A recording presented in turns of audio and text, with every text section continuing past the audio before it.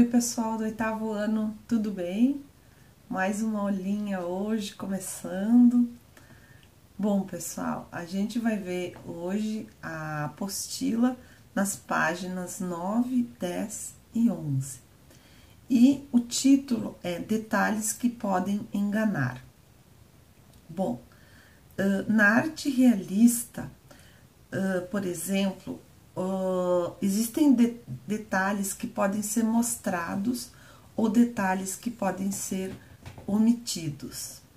Por exemplo, durante o Brasil Colônia, quando vieram os portugueses para cá, a convite de Dom João VI, vieram alguns artistas para retratar as nossas belezas naturais, o que acontecia no cotidiano, no dia a dia das pessoas que aqui viviam.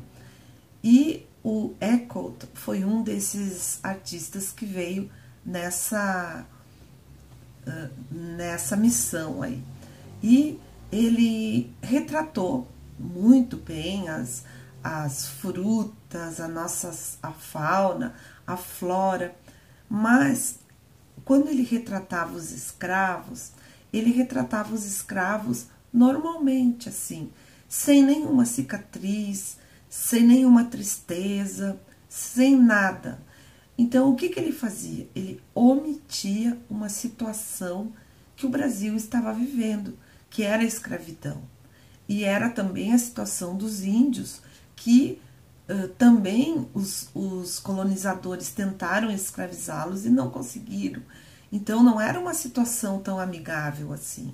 Só que nos quadros dele, nas obras dele, ele passava como normal. Então, lá na Europa, quem via não tinha a noção realmente do que acontecia aqui, do quanto eles tinham cicatrizes nos rostos, nas mãos, né? Quanto eles eram mal cuidados, as roupas também.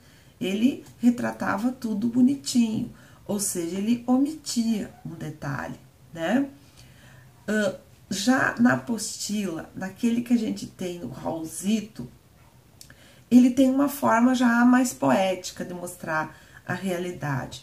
Ele, através da fotografia, né? Ele usa como recurso a fotografia e a pintura, mas ele, bem pelo contrário, ele passa a realidade do que acontece com os trabalhadores, enfim, aquelas pessoas oprimidas, a condição social das pessoas, a vida, o dia a dia delas, como é que acontece.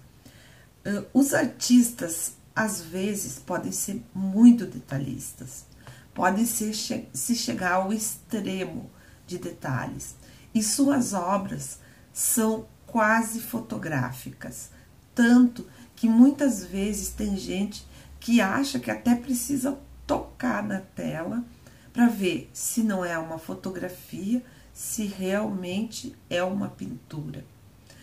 Esses artistas aí, quase fotográficos, o que eles fazem é chamado hiperrealismo ou fotorrealismo. Os dois nomes estão corretos. Se vocês ouvirem hiperrealismo ou fotorrealismo, os dois estão corretos. Ele surge na década de 60 nos Estados Unidos. O artista, ele fotografa a imagem que ele quer retratar e faz o trabalho baseado nessa fotografia. Então, ele vai projetar aquela imagem na tela, seja a tela do tamanho que for, grande, pequena, média, não interessa. E ela vai sair fotográfica. Aquilo é trabalhado durante meses e meses e meses, até alcançar um tipo de perfeição, né?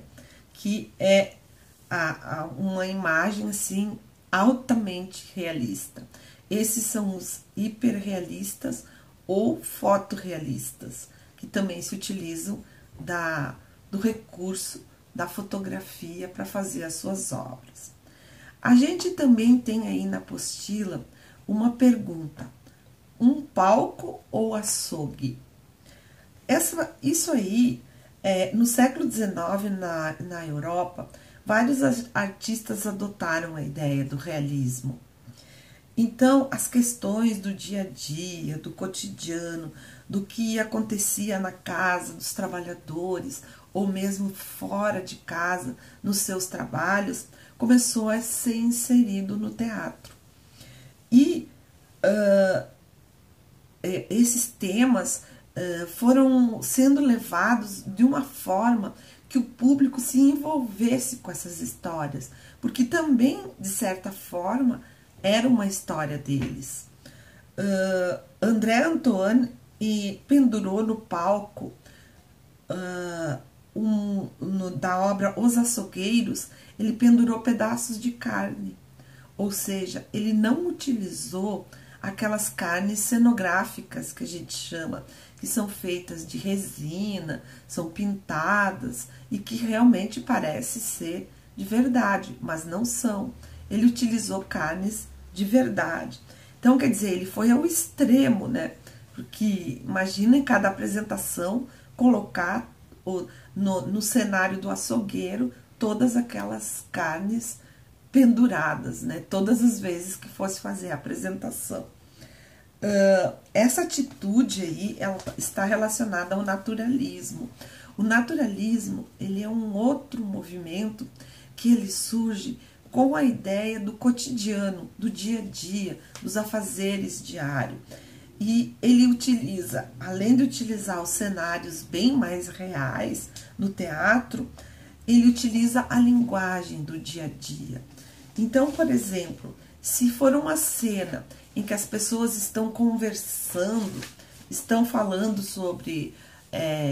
eles não vão fazer uma linguagem formal. Por exemplo, se eles forem perguntar assim, a senhora já terminou o jantar? É uma linguagem formal. Eles vão perguntar, o jantar tá pronto? Como a gente faz em casa, ou seja, no cotidiano. Então, essa linguagem mais popular, introduzindo inclusive palavrões, como se fala no dia a dia, foi levada para os palcos do teatro também. E os artistas tentavam se expressar ou representar de uma forma como se o palco fosse a própria casa deles. Então, não tinha muita essa coisa de se portar muito bem, na elegância. Era mais aquela coisa de em casa mesmo. E a linguagem da mesma forma. E o público gostava, por quê? Porque se identificava com essa linguagem. As pessoas se enxergavam, né, através daquele ambiente ali do cotidiano. Mas no naturalismo, os artistas não se dirigiam diretamente ao público. Eles ficavam ali falando entre eles. E eles imaginavam o que seria uma quarta parede. Ou seja, seria uma parede invisível que existia entre a plateia e o público. Então, eles ficavam de costas para o público, eles agiam como se estivessem dentro de um apartamento, dentro de uma casa, dentro de um cômodo. E a plateia ficava só apreciando, né? Apreciando a apresentação deles. Mais atualmente, depois passou um determinado tempo, os artistas começaram, o que eles dizem, a quebrar a quarta parede. Ou seja, eles começaram a se dirigir ao público e a conversar com esse público. Intencionalmente eles fazem isso, né? Se dirigem ao público e ele vai conversar, interagir, o público interage com o ator. Então, essa é uma forma um pouco mais moderna aí do teatro. Vocês viram que a gente falou sobre vários assuntos. Mais tarde, depois, daqui a pouquinho, na nossa aula, a gente vai discutir mais sobre isso. Um abraço para vocês e até daqui a pouco. Tchau, tchau!